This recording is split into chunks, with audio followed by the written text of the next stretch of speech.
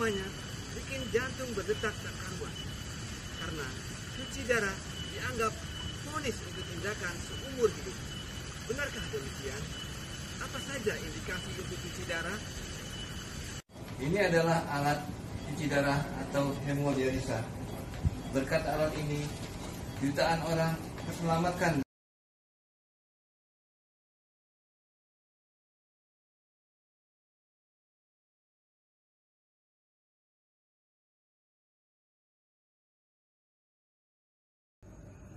Indikasi untuk cuci darah adalah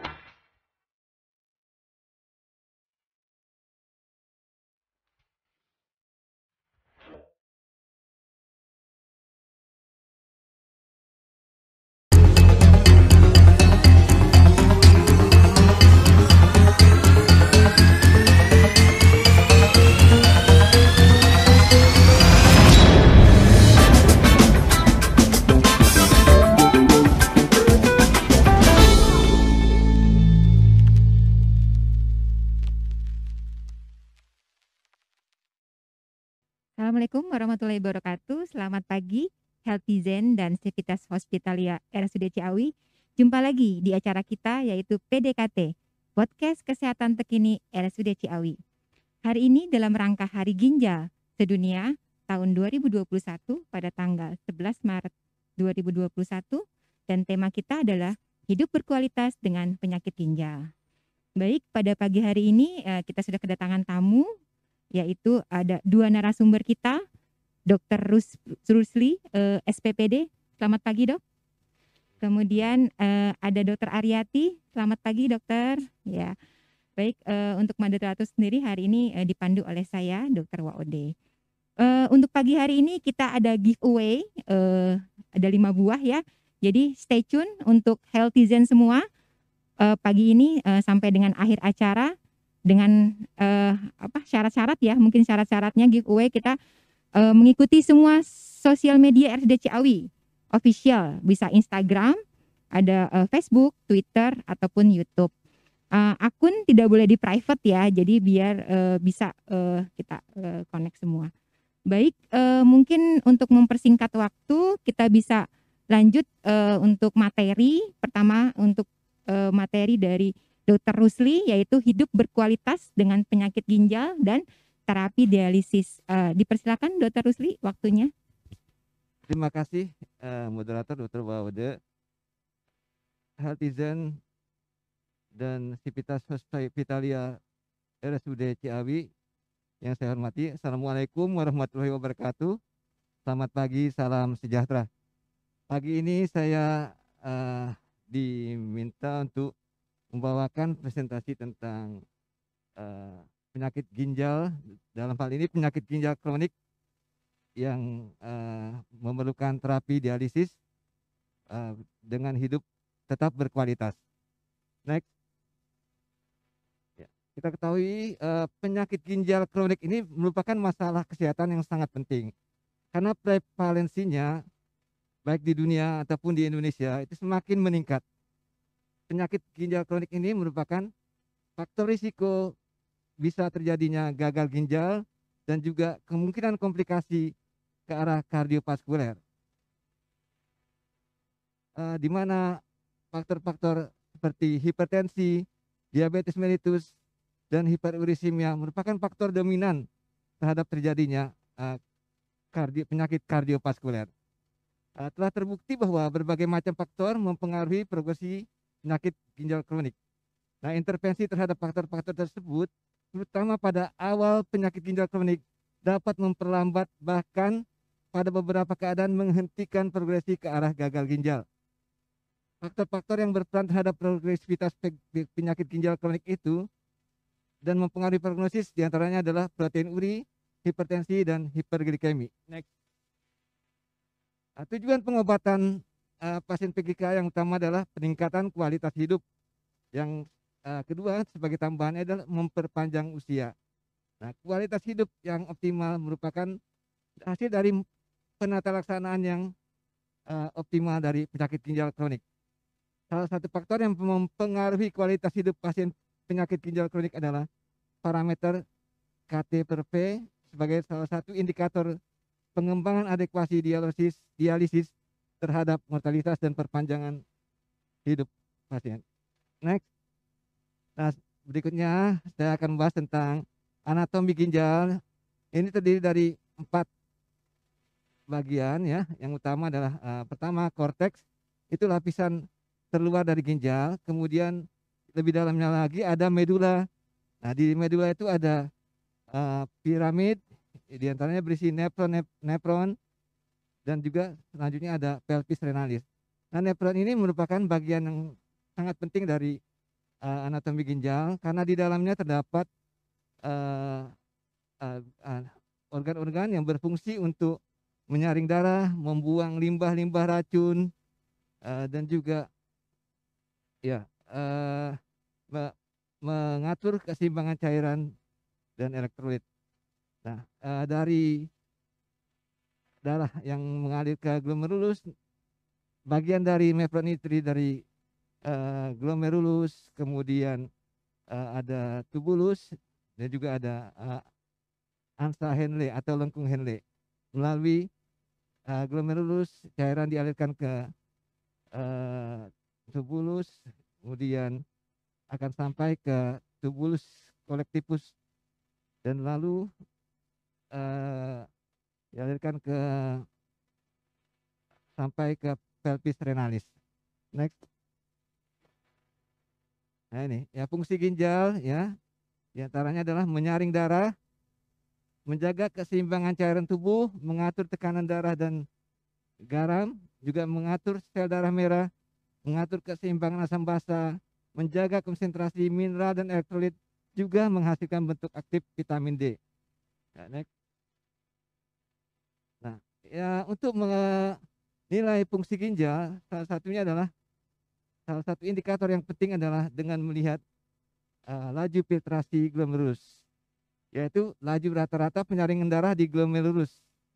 Ini sekitar 25% dari total curah jantung, yaitu sekitar 1.300 cc, yang merupakan salah satu indikator fungsi ginjal. Diukurnya berdasarkan kadar kreatinin darah dan variabel-variabel usia, jenis kelamin, dan luas permukaan tubuh. Next. Nah, penyakit ginjal ini secara umum kita bagi menjadi 2 bagian, penyakit ginjal yang akut dan penyakit ginjal kronik. Ya, next. Nah, ini penyakit ginjal akut terjadi penurunan fungsi ginjal secara cepat dalam hitungan jam atau hari. Nah, penyakit ginjal akut ini bisa pulih jika penyebabnya diatasi. Nah, contohnya adalah pada pasien dehidrasi, pasien shock. Ya, jika diatasi dehidrasinya, shocknya diatasi, penyakit ginjal akutnya bisa pulih seperti sedia kala. Demikian juga pada keadaan batu ginjal, ya, dan juga bisa penyebab yang lain, misalnya kena obat-obatan atau kena infeksi. Next.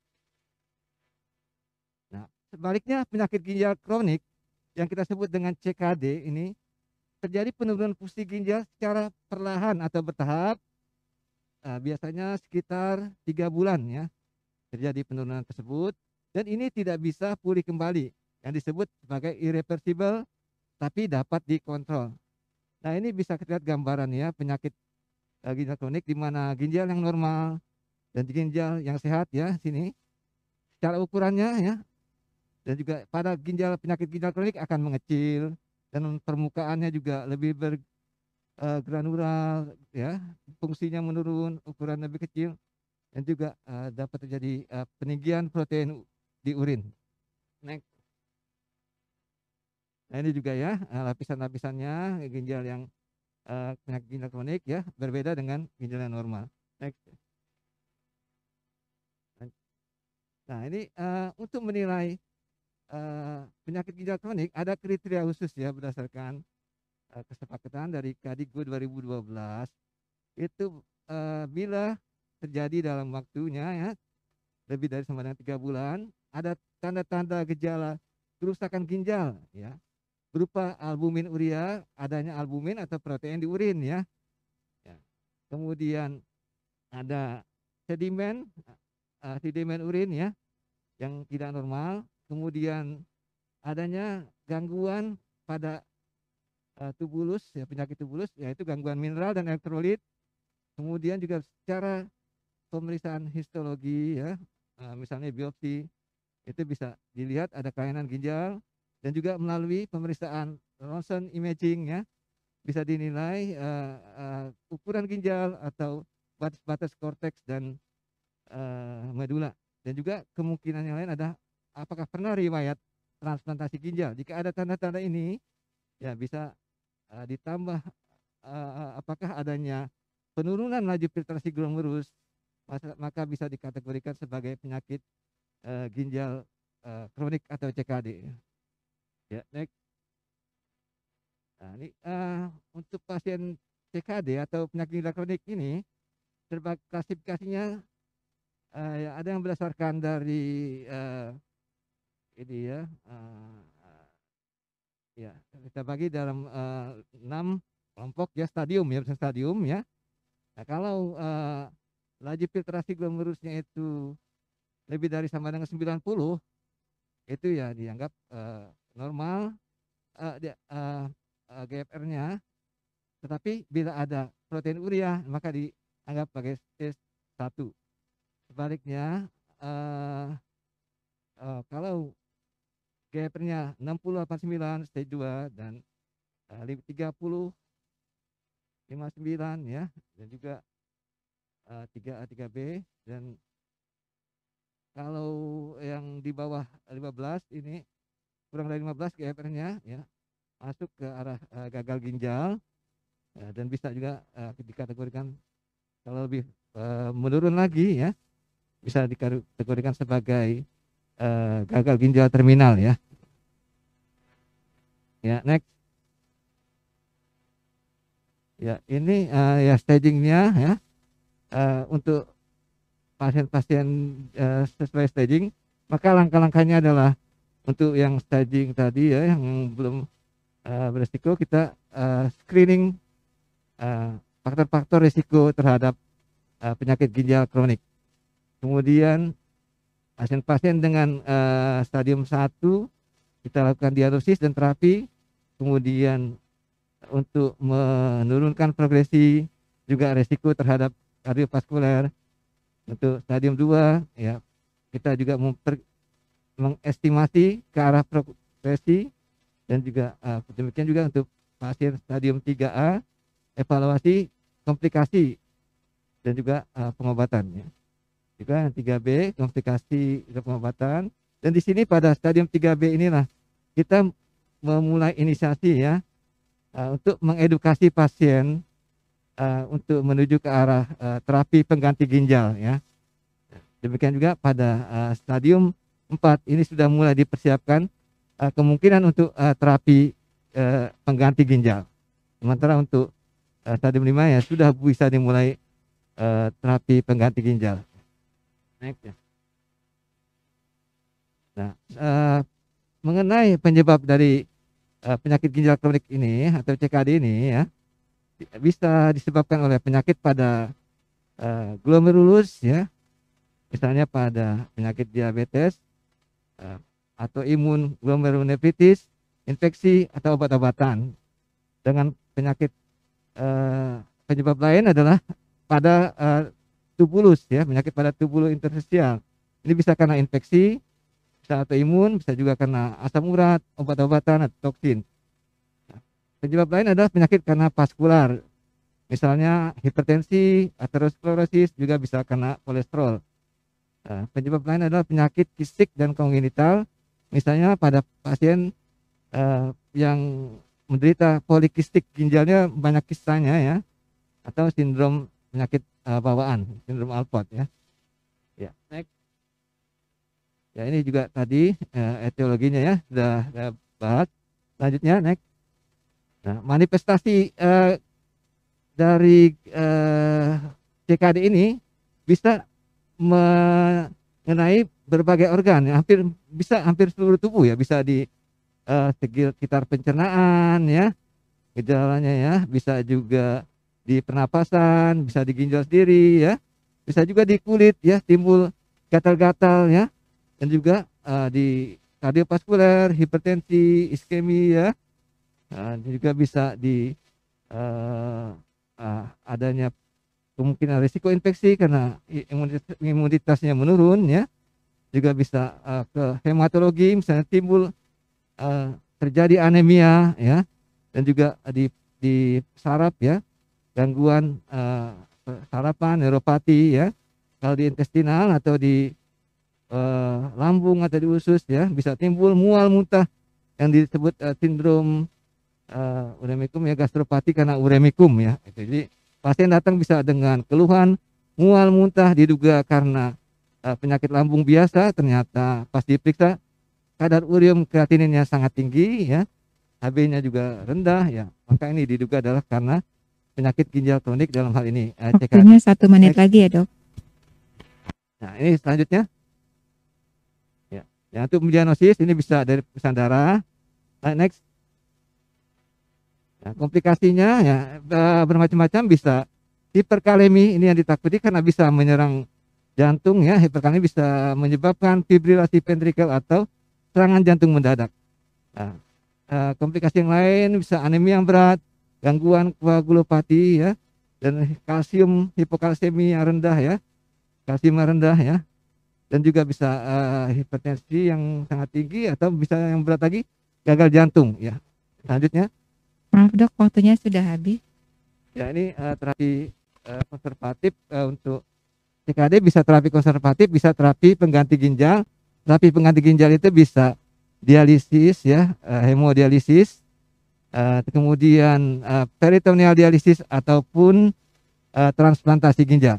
Nah, diharapkan dengan terapi ini sudah terbukti bahwa terapi pengganti ginjal ini bisa memperbaiki ke arah kualitas hidup pasien.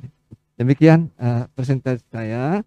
Lebih kurangnya saya minta maaf, mohon maaf pada moderator karena waktunya juga agak lebih nih ya. Ya, terima kasih. Assalamualaikum warahmatullahi wabarakatuh. Selamat pagi, salam sejahtera. Terima kasih Dr. Lusri untuk penjelasannya ya, dari mulai fungsi ginjal dan lain-lain sampai dengan terapi dialisis. Mungkin selanjutnya kita mau tahu nih gimana pelayanan hemodialisa ya di Ciawi. Nah ini mungkin bisa dijelaskan oleh Dr. Aryati bagaimana pelayanan hemodialisa di RSUD Ciawi, dok. Dipersilakan. Baik, terima kasih Dr. Waode. Selamat pagi, salam sejahtera, healthy dan Civitas Hospitalia RSUD Ciawi. Pagi ini saya akan memperkenalkan profil instalasi hemodialisa dalam rangka peringatan Hari Ginjal Sedunia dengan tema hidup berkualitas untuk orang dengan penyakit ginjal. Hari Ginjal ini diperingatin setiap Kamis kedua di bulan Maret, yang pada tahun ini jatuh pada tanggal 11 Maret. Next. Jadi tadi sudah dijelaskan oleh Dr. Rusli mengenai penyakit ginjal itu apa, karena tak kenal maka tak sayang ya. Jadi untuk hidup supaya lebih berkualitas artinya bisa bersosialisasi seperti biasa, bekerja seperti biasa. Selain dukungan keluarga juga penting, kita menawarkan salah satu solusi untuk menggantikan fungsi ginjal. Sebenarnya terapi pengganti ginjal itu ada 3 macam, yaitu yang pertama peritoneal dialisis (CAPD), hemodialisis itu menggantikan fungsi tadi dijelaskan Dr. Rusi, fungsinya salah satu adalah ekresi, mengeluarkan racun dan kelebihan cairan. Lalu ada satu lagi yang terbaik itu cangkok ginjal, karena selain fungsi ekskresi juga fungsi-fungsi lain seperti menghasilkan hormon pengatur darah, menghasilkan hormon untuk produksi sel darah merah, itu bisa tercukupi dengan ginjal baru, cangkok ginjal. Nah di rumah sakit Ciawi ini baru ada hemodialisa ya, terapi pengganti ginjal yang orang awam bilang cuci darah. Mungkin serem ya kalau bilang cuci darah. Sebenarnya bukan cuci pakai rinso gitu ya. Sebenarnya itu dibersihkan darahnya, diambil racun-racunnya lalu dialirkan kembali ke tubuh pasien. Setiap metode punya keunggulan masing-masing. Jadi sebaiknya didiskusikan bersama dengan pasien, keluarga dan dokter. Next. Jadi proses cuci darah itu ya membersihkan darah melalui proses-proses penyaringan di luar tubuh pasien. Jadi melalui selang seperti selang infus dialirkan di tabung seperti tabung itu yaitu buat menyaring, mengambil racun-racunnya. Setelah bersih dialirkan kembali melalui selang ke pasien. Jadi menggantikan fungsi ginjal dalam fungsi ekskresi, buang sia-sia metabolisme tubuh, kelebihan cairan. Jadi dilakukannya memerlukan mesin hemodialisis. Dilakukannya di rumah sakit, instalasi hemodialisis. Next. Instalasi hemodialisis RSUD Ciawi sudah ada sejak tanggal 11 Januari 2011, melayani pasien BPJS juga pasien umum. Jadi yang kita layani adalah pasien dengan gagal ginjal kronik ya, jadi cuci darah rutin. Tadi yang GFR-nya kurang dari 15, jadi digantikan fungsi ginjalnya dengan mesin ya. Lalu hemodialisis akut untuk pasien gagal ginjal akut seperti yang keracunan, overload cairan, atau keadaan-keadaan lain yang memerlukan terapi hemodialisis. Next. Ruangan hemodialisis sebenarnya sejak masa pandemi ini bertambah, jadi ada ruang untuk HD isolasi COVID ya, karena 30% pasien COVID itu kadangkala jatuh ke gagal ginjal. Jadi kita melengkapi dengan 2 mesin di ruang isolasi COVID. Kalau yang reguler kita punya 16 mesin, 14 mesin untuk pasien yang rutin cuci darah seminggu 2 kali atau 3 kali ya. Lalu 2 mesin lagi untuk pasien rawat inap untuk yang gagal ginjal akut yang tiba-tiba memerlukan cuci darah. Untuk pelayanannya, untuk yang ruang reguler kita Senin sampai Jumat ada 2 shift. Shift pertama dimulai jam 6.30, lalu yang shift kedua jam 1. Terus untuk yang hari Sabtu hanya 1 shift saja karena masih keterbatasan SDM ya. Untuk yang isolasi COVID karena cuma 2 mesin, jadi kita buka 2 shift Senin sampai Sabtu. Untuk hari Minggu kita libur. Kalau tanggal merah tetap buka karena pasien harus rutin ya cuci darah seminggu 2 kali. Itu kebutuhan hidup mereka. Next. Untuk tim instalasi hemodialisa, supervisor kita adalah Dr. Ardaya, spesialis penyakit dalam KGH. Lalu dokter penanggung jawabnya ada Dr. Rusli, kepala instalasinya Dr. Tessa Oktaramdhani. Dokter pelaksananya saya sendiri, Dr. Aryati dan Dr. Rentina Mahasari. Kepala ruangannya Nurse Yani Slamet Widodo. Lalu perawat pelaksananya ada Ibu Kuswati, Iip, Anop, Lia, Farida, Susi, Ida, Dadang, Siti Kartika, Denny, Slamet, Hamid, Ferdi, dan Asnan yang baru. Admin kita adalah TII dan pelaksana kebersihan ada Asep dan Sabar Basarun. Ini ruangan kita yang 4 gambar di atas adalah ruang HD regulernya dan yang di bawah adalah ruang isolasi COVID-nya. Dan sebelah kanan adalah staf HD. Terima kasih. Bila ada pertanyaan, kembalikan pada moderator, Dr. Pak Ode. Iya, terima kasih Dr. Aryati. Ya mungkin ini kita sedikit banyak sudah tahu ya dok ya. Artinya Rumah Sakit Ciawi ini udah bisa melayani pasien umum, pasien BPJS, dan bednya juga banyak ya dok ya. 16 bed ya. Artinya bisa melayani dari hari Senin sampai dengan Sabtu dok ya. Cuma hari Sabtu ini cuma 1 shift. Betul. Ya. Jadi kalau mau datang yang 2 shift berarti di Senin atau Jumat dengan sesuai jadwal ya dok ya. Jadi itu penjadwalan, sementara iya. Sekarang sih masih penuh jadwalnya. Nah iya. Jadi bisa kayak beli barang inden ya.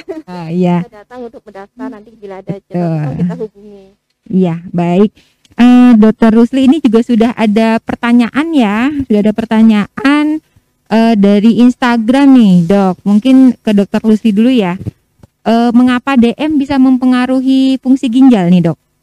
Ada pertanyaan dari Putri Iskandar. Ada 3 pertanyaan sebenarnya dok. DM mempengaruhi fungsi ginjal itu kenapa dok? Kemudian kalau tekanan darah tuh perlu mendapat perhatian ekstra nggak sih dok? Ya, pertanyaan nomor 3-nya, kalau untuk ISK nih dok, infeksi saluran kencing itu kenapa bisa mengganggu kinerja ginjal, Dr. Rusli? Mungkin bisa dijawab dok? Ya, terima kasih. Pertanyaannya, ya kita ketahui bahwa pada diabetes mellitus itu terjadi hiperglikemia ya, dan juga resistensi insulin ya. Ya, hiperglikemia itu ya akan mempengaruhi ini juga ya, kerja dari glomerulus ya. Nah, juga bisa terjadi nefropati diabetik ya. Ya, jadi gangguan ginjal karena diabetes ya, sehingga fungsi ginjal bisa menurun dan bisa terjadi nefropati diabetik ya. Kemudian tekanan darah perlu mendapat perhatian ekstra ya. Iya, karena kalau tekanan darah yang tinggi itu kan akan mengganggu juga ya kerja jantung ya. Darah jantung jadi terganggu ya, dan juga bisa terjadi aterosklerosis ya. Ya, jadi perlu perhatian ekstra karena dengan mengatur tekanan darah yang terkontrol, stabil ya, itu kerja organ ya, termasuk jantung, ginjal akan stabil juga. Tapi kalau tekanan darahnya terlalu tinggi ya, jantung kerjanya berat, di ginjal juga ya terganggu ya fungsinya ya, fungsi aliran darahnya ya, sehingga lambat laun fungsi ginjal juga bisa menurun ya. Jadi oleh karena itu, di samping itu juga tekanan darah tinggi bisa berkomplikasi ke berbagai organ yang lain ya, misalnya ke otak, bisa terjadi iskemi atau perdarahan di pembuluh darah otak ya, bisa kena stroke ya. Kemudian di mata ya bisa terjadi retinopati ya, ya bisa sampai kebutaan begini ya, perdarahan ya. Dan juga di ginjal ya bisa terjadi gagal ginjal ya. Kemudian pada saraf-saraf ya bisa juga ya, bisa terjadi ya efek ada baik diabetes atau tekanan darah ya, yang tinggi. Berarti mungkin banyak ya dok ya, pengaruhnya tuh hampir di seluruh organ dok ya tadi ya. Kalau seluruh organ DM ya. dan hipertensi itu bisa hampir seluruh organ ya. Kemudian mengenai ISK-nya ya tergantung ya ISK-nya ya. Kalau ISK-nya ringan ya, gitu ya. Ya mungkin belum sampai, atau ISK itu kan bisa di ginjal atau di salurannya di ureter ya, atau di kandung kemih ya. Mungkin kalau hanya sistitis ringan ya, itu ya, belum sampai mengganggu ke kinerja ginjal ya. Hanya terbatas infeksi di bagian ginjal saja ya, di bagian yang terkena infeksi, misalnya di kandung kemih saja ya. Kemudian bila kita obati ISK-nya ya sembuh, ISK-nya ya sudah, fungsi ginjal tidak terganggu sama sekali. Demikian mudah-mudahan dari Putri Ya, Lail, Putri iya. Putri Iskandar dok. Putri Iskandar Iya. bisa. Baik dok, berarti belum tentu ya dok ya ISK itu apa namanya udah pasti cuci darah, itu tergantung derajatnya atau tergantung keparahannya ya dok ya, seperti itu. Nah ini mungkin juga kalau misalnya nih dok, nah ini apakah harus terus menerus nih seumur hidup nih, kan pekerjaan dan jadi banyak tiap hari.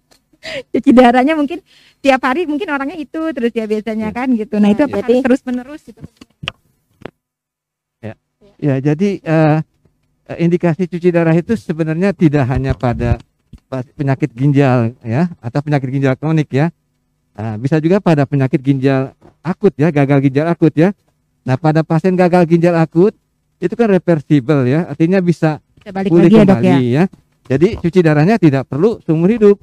Kalau sudah fungsi ginjal sudah membaik kembali, ya sudah ya. Demikian juga pada pasien yang keracunan ya. Nah, misalnya etanol, keracunan etanol itu kalau sangat berat ya, terapinya salah satunya adalah dengan cuci darah. Nah, kalau sudah diobati, sudah membaik kembali fungsi ginjalnya, itu tidak perlu cuci darah lagi. Nah, lain halnya dengan penderita CKD ya. Kalau CKD itu memang fungsi ginjalnya itu sudah rusak ya, sudah sangat terganggu dan irreversible ya. Ya memang umumnya itu harus cuci darah terus menerus. Dengan cuci darah itu ginjal yang tidak bisa membuang racun ya, bisa menstabilkan cairan ya, hingga tidak timbul komplikasi cairan yang menumpuk atau racun-racun yang menumpuk ya, yang berakibat bisa terjadi gangguan kesadaran atau gatal-gatal atau hipertensi yang tidak terkontrol ya. Jadi memang sebaiknya kalau untuk penderita CKD itu memerlukan terapi ginjal yang teratur ya, continue ya. Ya Demikian. kalau terima kasih. kalau dokter Like nih yang udah bertugas berapa tahun dok bertugas di hemodialisa nih dok? 6 tahun. 6 tahun ya. Nah itu kalau dari pasien-pasien biasanya udah pada kenal-kenal nih dok ya. Nah itu dari tadi kan terus bilang ada yang akut, ada yang kronik. Berapa banyak sih, berapa persen sih yang akut yang dokter Like tangani, yang cuma berapa kali cuci darah itu selesai, atau yang kronis, yang itu perbandingannya dok antara akut sama kronik berapa banyak dok? Ada banyak sih ya, 10-20% lah yang akut bisa kembali lagi ke normal ya. Jadi bisa kembali lagi dok ya? Ya. Kalau yang udah gagal ginjal kroniknya udah lama, untuk kemungkinan sembuh kembali ya memang susah. Tapi jangan takut, cuci darah itu untuk memperbaiki kualitas hidupnya gitu ya. Jadi jangan ada mitos, oh cuci darah mah umurnya bakalan pendek. Enggak, dari awal kita HD baru buka masih ada kok yang bertahan. Bahkan di rumah sakit lain yang sudah lama 25-30 tahun juga masih bertahan, asal dikelola dengan baik ya, cuci darah Harus rutin dan sesuai harus jadwal ya rajin ya dok ya, jangan ya. apa suka ada yang absen-absen nggak tuh dok? Ada. Kayaknya Ya mengendalikan juga faktor penyebabnya, hipertensinya, diabetesnya ya. nah ya berarti itu dok, nih healthyzen juga harus tahu bahwa kalau kita cuci darah bukannya berarti obat DM-nya nggak diminum gitu dok ya, atau obat Tetap harus hipertensi diminum tetap obat-obat yang harus lain, ya. ya. Iya, karena kan takutnya mikirnya ayo udahlah saya mau cuci darah aja, yang obat-obat lain kadang-kadang udah kebanyakan gitu tuh Like. Ada mitos juga, oh minum obat darah tinggi nanti jadi ginjalnya rusak ya dok ya. Oh Padahal ya. itu kan Memang kadang-kala begitu. Oh, saya kebanyakan minum obat nih, nanti ginjal saya rusak gitu ya. Justru kalau hipertensinya tidak terkontrol, diabetesnya tidak terkontrol, itu akan lebih cepat berkomplikasi, merusak ginjalnya salah satunya ya. Jadi sebaiknya obat-obatan itu yang diberikan oleh dokter, yang diresepkan oleh dokter, tetap diminum seperti sedia kala ya. Nah, sekarang lagi pandemi nih dok ya, pandemi nih boleh nggak nih penderita CKD minum vitamin C gitu kan, mungkin dia pengen fit biar nggak kena virus. Nah itu boleh nggak tuh teratur minum vitamin C, gimana nih baiknya? Kalau menurut saya sih ya sebenarnya sih boleh-boleh aja ya. Tapi kita juga ada batasannya ya, kadar vitamin C yang dibutuhkan oleh tubuh ya. Sebenarnya kalau kita konsumsi makanan yang sehat, gizi yang sehat itu sudah cukup vitamin C ya, tidak perlu dari tambahan lagi sebenarnya ya. Tapi kalau merasa kurang ya boleh saja ditambahkan sesuai dengan dosis ya. Jangan berlebihan ya. Kalau yang normal nih memang dia bukan pasien CKD, dia tidak punya penyakit CKD tapi dia pengen minum vitamin C terus tiap hari, dosisnya misalnya 1000 mg, boleh nggak tuh dok? Atau bisa merusak ginjal nanti? nggak perlu ya, lebih banyak ini buah sama sayuran sudah cukup kalau Sudah sehat cukup ya ya. dok ya. Karena kan kebutuhan vitamin C itu satu hari berapa tuh dok? Kan nyampe segitu ya? 65 mg saja. Iya. Itu berarti saya di bawah ginjal. Kebanyakan, kasihan Iya. ginjalnya suruh bersih-bersih terus ya. Iya. Dan memicu batuk ginjal juga ya dok ya kalau Iya. kekurangan vitamin C.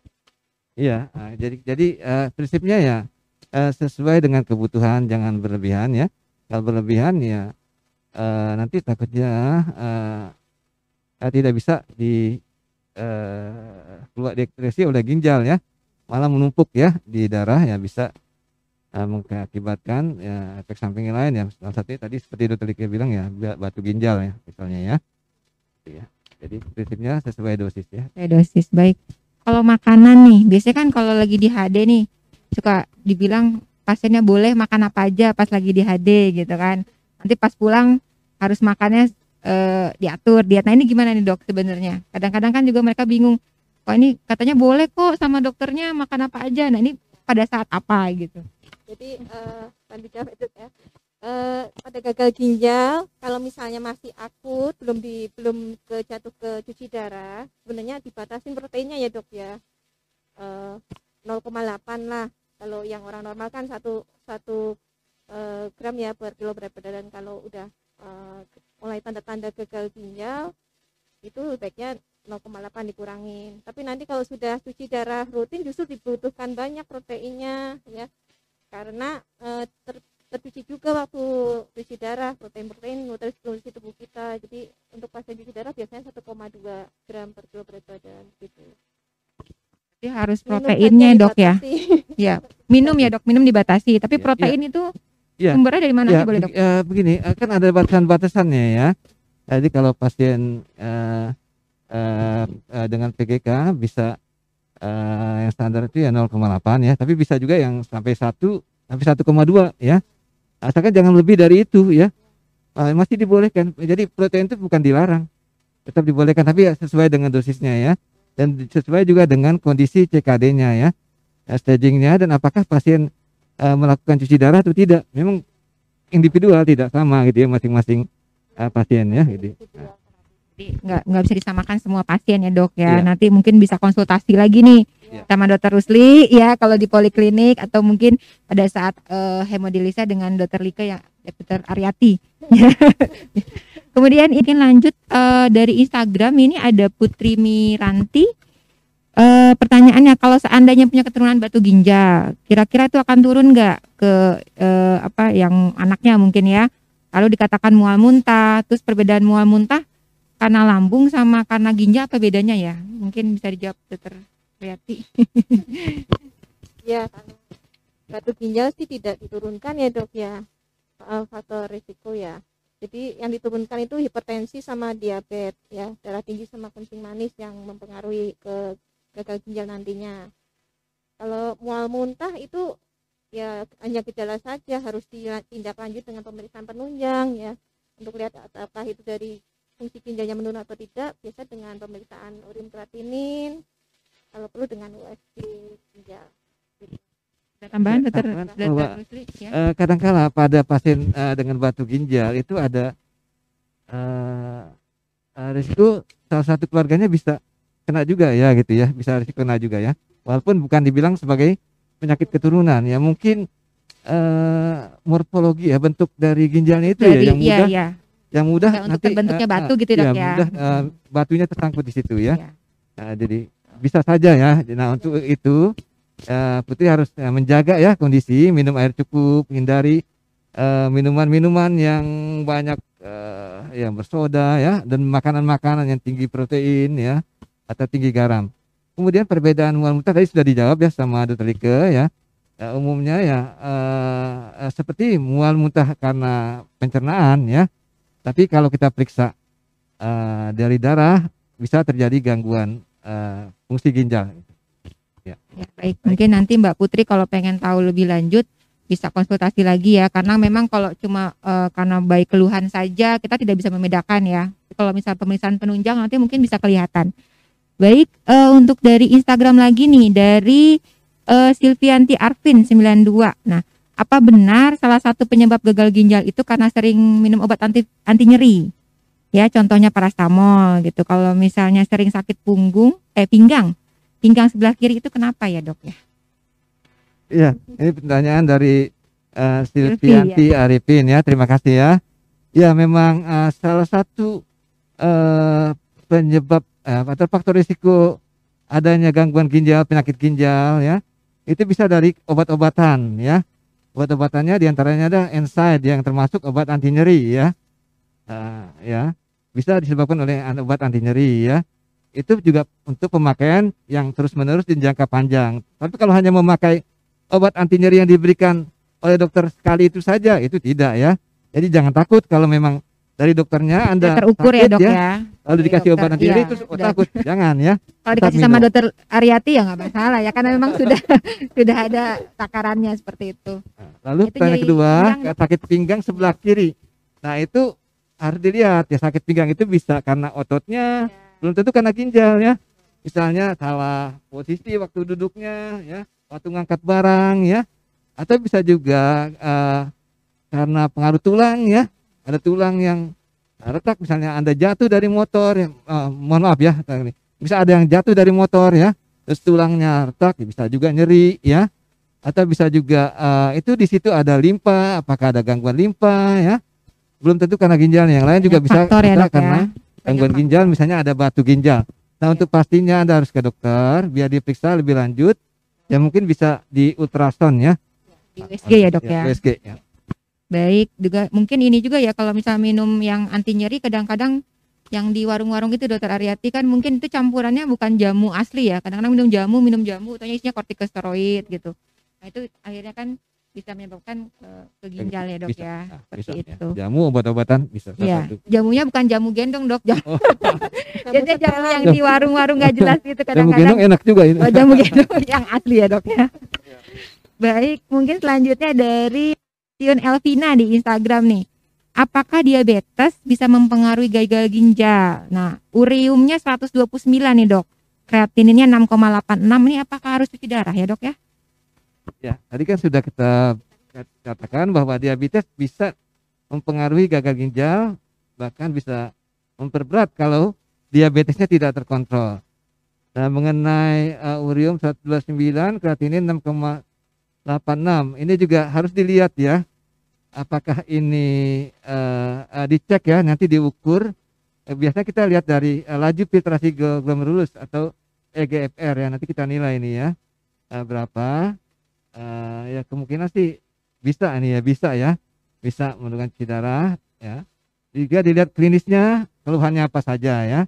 Jadi tidak bisa kita langsung oh ini cuci darah, tapi kita lihat juga kondisi pasien Betul, ya. klinisnya ya. Bagaimana Harus konsultasi keluhannya ya dan dok kita ya. hitung juga nilai laju filtrasi glomerulusnya. Jadi harus dinilai laju filtrasi glomerulusnya ya. Baik. Iya, baik. Mungkin masih ada pertanyaan lagi nih kayaknya antusias sekali ya. Mungkin karena ada Sayang sama ginjalnya ya. pada sayang sama ginjalnya. Mungkin ada juga Dr. Aryati dari Healthy Zen kita ini memang dari saudaranya kah atau bapak ibunya penderita penyakit ginjal ya. Jadi mungkin kalian bertanya. Mungkin ada pertanyaan lagi nih bisa dijawab dok. Dari Nandai Instagram ya. Perubahan kulit pada gagal ginjal nih dok. Dan apa harus minum oral atau cuci darah? Oh, apakah harus minum obat minum biasa atau oral atau harus cuci darah nih kalau ada perubahan kulit pada gagal ginjal? Gimana Dr. Aryati? Baik, pada gagal ginjal, karena ginjal fungsinya kan tadi untuk mengekspresikan membuang racun. Karena tidak bisa membuang racun lewat urin atau air kencingnya, maka racunnya keluar lewat pori-pori kulit. Gatal-gatal ya dok ya? Gatal begitu, jadi kering. Dan kalau pasien gagal ginjal biasanya kan dibatasin juga minumnya ya, jadinya cenderung kering begitu. Jadi solusinya diolesin lotion aja, krim-krim lotion baby gitu ya dok ya. Lotion boleh ya dok ya? Boleh. Atau pakai sabun khusus nggak sih? Harus pakai sabun khusus gitu kalau kering-kering gitu? Boleh Ah. sih, ya, dok. Ya lotion ya. Ya, sabun bayi gitu. Lotion boleh ya. Tapi saya ingin nambahkan penyebab gatal pada gagal ginjal kronik itu salah satunya adalah hiperfosfatemia ya. Jadi kadar fosfat yang tinggi ya, itu menyebabkan timbul gatal-gatal atau pruritus. Nah untuk itu jika pasien memang sangat gatalnya sangat parah, itu indikasi ya untuk cuci darah ya. Dan jika memang ada gagal ginjal. Mungkin maksudnya pasien dengan cuci darah mungkin dok. Dia rutin cuci darah terus gatal-gatal. Ya. Nah kalau cuci darah itu kita nilai lagi apakah memang cuci darahnya itu sudah cukup, sudah adekuat atau tidak ya. Barangkali kurang ya. Kurang adekuat. Harusnya nggak gatal-gatal ya dok ya? Iya. Kalau cukup ya. Karena harusnya dengan cuci darah yang cukup fosfatnya akan turun gitu. Ini fosfatnya kurang ya. Jadi harus dievaluasi lagi tentang cuci darahnya ini. Anda harus kembali lagi ke dokternya untuk mengatur konsultasi kembali ya dok ya. Hemodialisanya gitu. Iya. Ada obatnya juga ya dok. Ada boleh obat minum, ada juga boleh.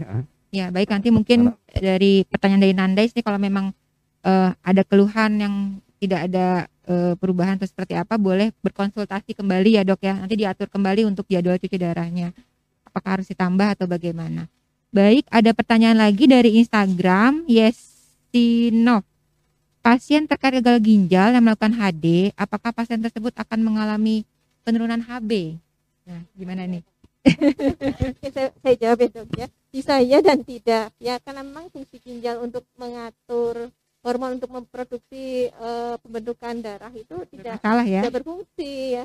Jadi bagaimana pola makannya gitu, apakah kecukupan zat besinya, apakah kecukupan proteinnya, itu juga pengaruh ke HB rendah atau tidaknya gitu. Kalau misalnya bagus sih, walaupun cuci darah rutin, HB ya bagus aja begitu ya. Jadi memang pasien yang gagal ginjal itu telah terganggu ya fungsinya, salah satu fungsi pembentukan eritropoietin ya, hormon pembentuk darah ya. sehingga bisa terjadi penurunan hemoglobin atau anemia. Ya, jadi bisa terjadi walaupun sudah dicuci darah. Untuk itu maka harus cuci darah dengan adekuat ya, dengan cukup ya, dengan teratur, sehingga ginjalnya lebih terkontrol lagi dan HB-nya juga bisa lebih meningkat ya. Sama mungkin kan kalau misalnya disuntikan hemapo ya dok ya, kalau orang cuci darah kan itu salah satu untuk mengatur ya dok ya. Ya, hormati Tuhan. Baik, ini ada pertanyaan dari adik saya nih, halo. Ibu Isti Anggra ini. Oh ya. Ya, bagaimana mengatur pola hidup penderita gagal ginjal agar memiliki kualitas hidup yang baik nih? Gimana nih? Kalau kebetulan Bapak mertua saya memang sakit ginjal ya, kembali lagi dicuci darah. Nah, ini mungkin bagaimana nih Dokter Aryati? Pola hidup ya, support keluarga penting ya, itu. Jadi aktivitas seperti biasa aja, jangan dilarang ini dilarang itu gitu. Paling dijaga hati-hati, minumnya saja dibatasin supaya tidak sesak. Kalau aktivitas bersosialisasi nggak apa-apa, tapi masa pandemi ya harus hati-hati juga ya, 3M-nya dipakai masker. Pada saat cuci darah ya dok ya, kadang-kadang betul. itu kan mereka kan berkumpul dalam satu ruangan, memang itu kan iya. resiko tinggi ya dok ya. Iya. Makanya di masa pandemi ini protokol kesehatan digunakan. Tiap kali cuci darah disarankan memakai masker medis ya. Lalu ya Mungkin ya kalau perlu ya. kalau perlu vaksin. Kalau lagi demam atau lagi ada gangguan nafas ya ke poli ISPA ya, ke poli penyakit dalam ya, agar ditangani dahulu, tidak menularkan yang lain-lain gitu. Ya, jadi memang untuk meningkatkan kualitas hidup pasien yang dengan cuci darah, ya diharapkan ya pasien tersebut teratur ya, sesuai jadwal ya untuk cuci darahnya. Kemudian menjaga pola hidup yang sehat ya. Di antaranya membatasi asupan garam, protein, fosfat ya. Juga dibatasi sesuai penyakitnya, takarannya. Kita ya biasa ya seperti hari-hari. Yang lebih penting lagi juga dukungan keluarga, itu juga penting ya. Harus Keluarga didukung ya harus dok ya. mendukung ya, memberi support. Betul. Umumnya pasien cuci darah itu kan merasa seperti invalid ya, karena terbatas ya, dia ada pasang alat, pasang ini ya, Depresi makan biasanya, juga Dok. takut ya. Keluarga mendukung ya untuk selalu Sama memberi support. pasiennya juga harus semangat ya dok Harus ya. semangat ya. Nah itu Karena akan meningkatkan kualitas hidupnya gitu. Ya. Artinya maksudnya hidup dengan cuci darah gitu kan, Iya. untuk meningkatkan kualitas Kuali- hidup gitu. iya. Nah, jadi jangan Menerima khawatir. penyakit. Ya. Betul, harus Kadang-kala menerima. pasien juga bisa depresi. Ya. Waktu itu dari keluarga, lingkungan harus Harus mendukung ya. support ya dok ya. Iya. Nah Baik. sekarang ini kan sesuai dengan Hari Ginjal Sedunia ini, temanya kan ini keikutsertaan pasien itu sendiri. Jadi Nah. partisipasi pasien itu sendiri. Baiknya pasien dan dokter dengan perawat itu saling aktif gitu ya, Ya. saling Jadi satu tim lah ya kita. tim. Jadi pasien bisa menanyakan kalau dia tidak tahu ya bagaimana untuk cuci darahnya ya, bagaimana untuk mengganti akses di darah, membersihkannya, itu bisa langsung ya menghubungi ke perawat atau dokternya gitu. Ya. Baik, mungkin ada pertanyaan kembali dok dari Instagram dari Lia Zenia. Pada kasus seperti apa ya dok ya, orang dengan gagal ginjal itu sudah tidak bisa cuci darah lagi nih. Nah, ini gimana nih ininya? Ya tadi seperti yang saya bilang, ini kan gagal ginjalnya tidak dijelaskan kronik atau akut ya. Ya. Kalau gagal ginjalnya karena akut ya, karena obat-obatan, karena racun ya, atau karena infeksi ya, yang bisa di reversible, itu pulih kembali, ya sudah membaik fungsi ginjalnya, ya sudah berhenti ya. Tapi yang kronik umumnya continue ya, terus menerus ya. Baik, masih adakah pertanyaan kembali? Selanjutnya dari Bapak Eko, saat pandemik seperti apakah resikonya sangat besar pasien HIV dengan tingkat komorbid nih yang cukup besar? Nah, Tadi karena sudah harus keluar dijawab. masuk rumah sakit itu loh dok. Ya, tadi sudah dijawab ya. Jadi menggunakan protokol kalau pasien cuci darah. Nah, kalau masa pandemi ini dianjurkan memang untuk cuci darah sendiri di rumah. Jadi dengan cara peritoneal dialisis atau CAPD ya. Ini di mana aja nih dok? Nih kayaknya kan mungkin health gen masih Ya. awam nih, di mana nih? Kalau CAPD? di Bogor baru di PMI. Kita di Ciawi coming soon. Coming soon, Ya, tenang, coming soon. coming soon ya dok ya. Segera hadir nanti poli CAPD ya. Jadi salah satu solusi di masa pandemi cuci darah mandiri di rumah. Jadi pasien mengerjakan sendiri di rumah, paling kontrol sebulan sekali atau 6 bulan sekali ya kalau ada keluhan saja. Nanti cairan untuk pengganti, jadi mengganti cairan di perutnya, dipasang selang, ganti cairan tiap 1 hari 3 atau 4 kali. Nah itu nanti cairannya dikirim di rumah kalau pakai BPJS ya, ditanggung semua di Kalau cover. misalnya yang tadinya udah cuci darah rutin di rumah sakit nih, Ya bisa berubah jadi CAPD? bisa, boleh. Oh, Tapi ada kriterianya ya dok ya. Kriterianya ya. Nanti dinilai ulang oleh dokter Rusli apakah memungkinkan atau tidak untuk melakukan peritoneal dialisis. Bisa ke poli dokter Rusli. Kalau misalnya ini nih apa namanya digabung, misalnya kalau lagi nggak bisa ke rumah sakit PKC APD, kalau lagi bisa ke rumah sakit dialisis biasa, itu boleh nggak atau memang harus pilih salah satu? Biasanya sih kalau udah CAPD kalau bermasalah aja jadi balik lagi ke HD. Nah, kalau nggak bermasalah nggak ya dok ya? Kan stay at home. Ya, satu saja udah cukup sih umumnya ya gitu ya. Cukup baik.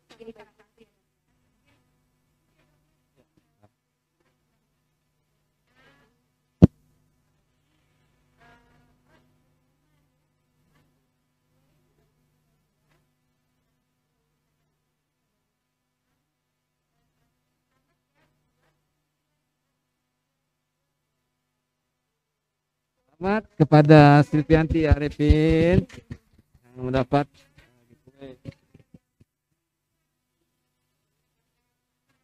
ya, selamat kepada Putri Miranti.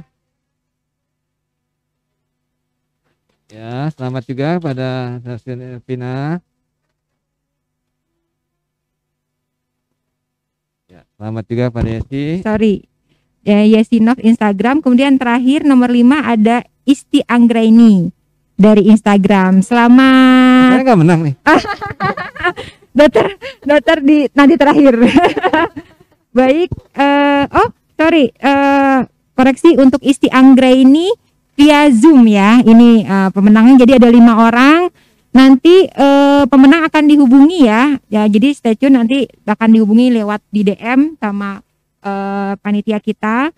Kemudian nanti akan diberikan giveaway menarik dari RSUD Ciawi. Oke, terima kasih. Kemudian apa nih pesan terakhir, bukan pesan terakhir ya, apa yang harus inikan oleh teman-teman Healthizen ini terkait dengan gagal ginjal ini dok? Mungkin dari Dr. Rusli dulu. Ya, baik. Terima kasih ya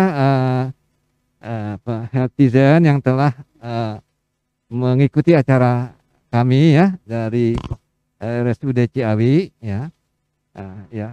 Baik, saya sarankan untuk mengikuti acara-acara lain nanti berikutnya ya di podcast kami itu.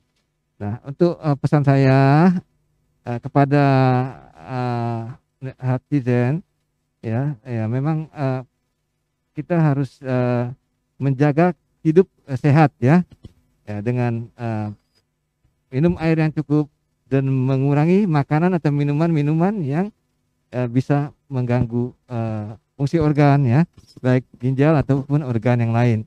Dan juga kita harus mengontrol jika ada penyakit-penyakit, jangan segan untuk berobat ya, mengobati, karena kalau sudah memberat bisa berkomplikasi ke ginjal. Kemudian kalau dokter memberikan obat, sebaiknya sarannya diikuti sesuai dengan dosis yang dianjurkan oleh dokter. Gitu, terima kasih. Baik, terima kasih. Mungkin di Dr. Aryati ada pesan-pesan. Ya, terima kasih Healthizen dan Civitas Hospitalia RSUD Ciawi. Jadi untuk mencegah penyakit ginjal ya seperti yang disebutkan Dr. Rusli tadi ya, agar aktivitas olahraga secukupnya, makanan menu seimbang, lalu minum juga yang cukup 8 gelas sehari ya. Ya, untuk pasien CKD juga dibatasi minumnya, kontrol darah tingginya, kontrol diabetesnya. Kalau memang ada pasien dengan keturunan hipertensi diabetes, memeriksakan diri secara rutin, kontrol check up ya. Lalu untuk pasien gagal ginjal terminal, selain hemodialisis, nanti kita juga akan ada terapi pengganti ginjal CAPD ya, coming soon. Jadi lebih ada banyak pilihan supaya bisa stay at home di masa pandemi ini, di mana resiko penyakit gagal ginjal ini resiko tinggi terkena COVID ya dok ya. Gitu. Ya, salam sehat selalu untuk semuanya. Ya, ya. Baik, terima kasih Dokter Aryati. Terima kasih juga Dokter Rusli yang sudah bisa bergabung dengan kita hari ini. Dokter Aryati, sehat-sehat terus ya Dok ya. Terima kasih juga untuk pada Healthizen yang sudah bergabung di acara kita PDKT hari ini. Mungkin jadwal polinya Dokter Rusli hari apa Dokter? Siapa tahu ada yang mau konsultasi. Senin, Selasa, Kamis ya. Senin, Selasa, Kamis jam berapa Dok? Jam 11-an gitu. Jam 11 ya. Jadi kalau misalnya ada yang mau ketemu sama Dokter Rusli, silakan datang di Senin, Boleh. Selasa, Kamis Dok ya. Baik, terima kasih telah bergabung di acara PDKT hari ini. Jangan lupa ya ikuti terus acara PDKT di edukasi selanjutnya dengan follow, like, dan subscribe, share sosmed RSUD Ciawi. Instagramnya RSUD Ciawi_official, Facebooknya RSUD Ciawi, Twitter RSUD Ciawi.official, dan di YouTube kami di RSUD Ciawi. Baik, terima kasih untuk semuanya para narasumber hari ini dan Healthizen kita yang luar biasa dan Civitas Hospitalia RSUD Ciawi. Terima kasih. Wassalamualaikum warahmatullahi wabarakatuh. Selamat siang.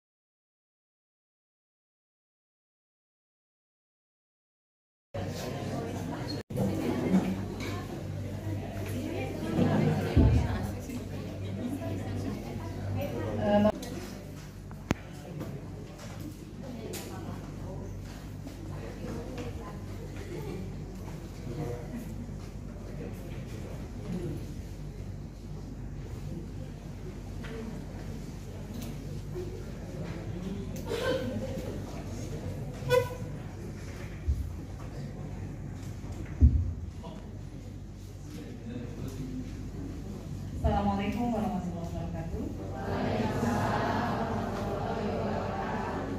Selamat pagi dan salam sejahtera bagi kita semua.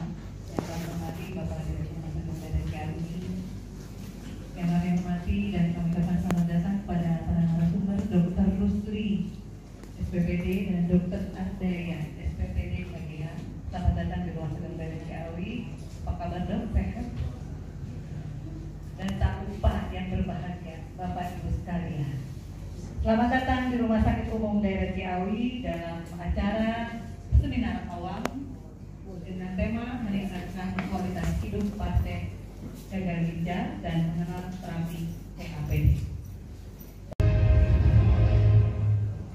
Selamat datang di Rumah Sakit Umum Daerah Ciawi. Berikut kami sampaikan safety briefing aula lantai 4 Gedung A Rumah Sakit Umum Daerah Ciawi.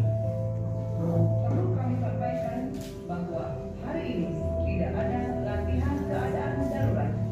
Jadi, jika ada keadaan darurat di gedung ini, jangan panik. Ikuti petunjuk evakuasi sebagai berikut. Pintu darurat.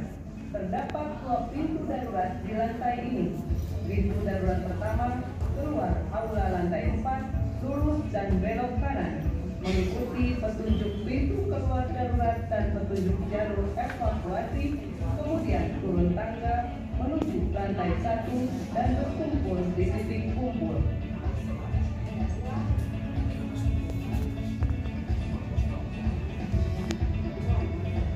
Pintu darurat kedua keluar ruang aula lantai 4, belok kiri menuju ruang mengikuti petunjuk pintu keluar darurat dan petunjuk jalur evakuasi, kemudian turun tangga menuju lantai 1 dan berkumpul di titik kumpul. Titik kumpul adalah tempat kumpul untuk keperluan evakuasi pada saat keadaan darurat. Titik kumpul terdekat gedung ini adalah berada di area parkir gedung A Rumah Sakit Umum Daerah Ciawi. Cobalah untuk memastikan jumlah rekan kerja yang bersama dengan Anda ketika sebelum terjadi keadaan darurat.